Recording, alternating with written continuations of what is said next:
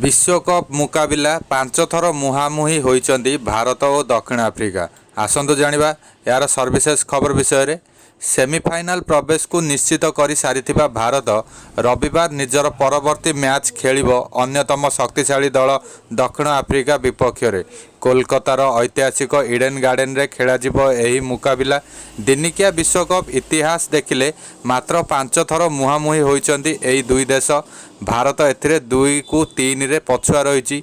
भारत और दक्षिण आफ्रिका विश्वकप मुकाबिला मध्यरु सर्वोच्च दलगत स्कोर भारतर 307 रही। दक्षिण आफ्रिकार सर्वोच्च दलगत स्कोर होउची 300।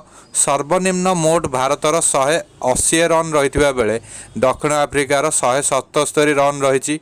वर्ण वैषम्य बासंद देशरू बाहरिबा परे दुई देश मध्य 3 दशंधि भितर मोट 90 थर दिनिकिया अंतर्जातीय खेला जाइछि। दक्षिण आफ्रिका मध्य 50 को 37 रे आगुआ रही। यह मध्य भारत स्वदेश रे 17 रु 25, विदेश रे 10 को 14 एवं निरपेक्ष स्थान रे 10 को 11 रे पछुआ रही। एबे विश्वकप मैदान रे षष्ठ थर भारत और दक्षिण आफ्रिका मैदान को ओह्लाइबे।